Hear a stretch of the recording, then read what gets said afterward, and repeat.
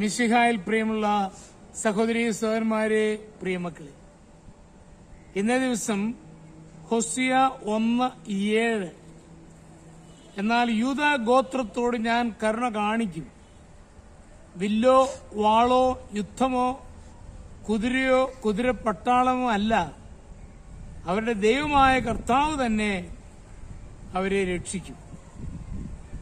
ഇസ്രായേലിനെ ദൈവം രക്ഷിക്കുന്ന രീതി ഇവിടെ പറഞ്ഞിരിക്കുന്നു. ക്രൈസ്തവന് രക്ഷ ലഭിക്കുന്നതും ഈ മാർഗത്തിലാണ്. അമ്പും വില്ലും വാളും പരിചയം ഒന്നും ഉപയോഗിക്കാതെ ദൈവം നേരിട്ടിടപെട്ട് രക്ഷിക്കും. നമ്മുടെ ബുദ്ധി കൊണ്ട് ചിന്തിച്ച് മനസ്സിലാക്കുവാൻ സാധിക്കാത്തവയാണ് ദൈവത്തിന്റെ മാർഗങ്ങൾ. ചെങ്കടൽ കരയിലെത്തിയ ഇസ്രായേൽ കടലിലൂടെ ഒരു വഴി ഉണ്ടാകുമെന്ന് പ്രതീക്ഷിച്ചില്ല. പ്രതീക്ഷിക്കാത്ത വിധത്തിൽ ദൈവം വഴിയൊരുക്കി. മല്ലനായി ഗോലിയാത്തിനെ വധിക്കുവാൻ കേവലം ഒരു കവണയും കല്ലും മതിയായിരുന്നു. ആരും പ്രതീക്ഷിക്കാത്ത ഉപാധിയാണ് ദൈവം ഉപയോഗിച്ചത്. മുൻപോട്ട് നോക്കി വഴികളെല്ലാം അടഞ്ഞിരിക്കുന്നുവെന്ന് ചിന്തിച്ച് ഒരിക്കലും നാം ഭയപ്പെടരുത്.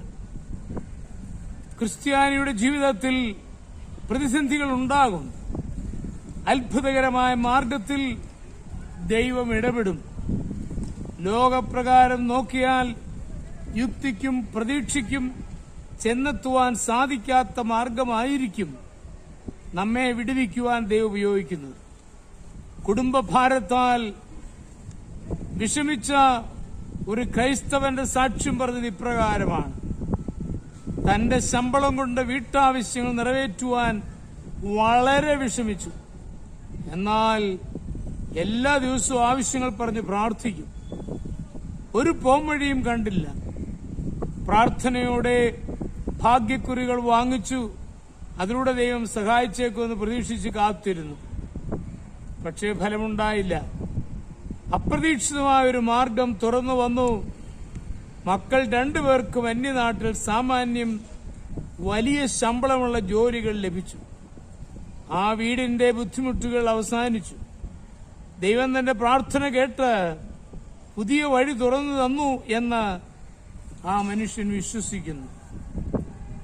പുതിയ വഴികൾ തുറക്കുന്നവനാണ് ദൈവം. ദൈവം ഒരുക്കുന്ന വഴി മുൻകൂട്ടി കാണുവാൻ നമുക്ക് സാധിക്കുകയില്ല. നമ്മുടെ കർത്താവ് മിശിഹായുടെ കൃപയും പിതാവായ ദൈവത്തിന്റെ സ്നേഹവും പരിശുദ്ധാത്മാവിന്റെ സഹവാസവും നിങ്ങളെല്ലാവരോടും കൂടി ഉണ്ടായിരിക്കട്ടെ, ഇപ്പോഴും എപ്പോഴും എന്നേക്കും. ആമേൻ.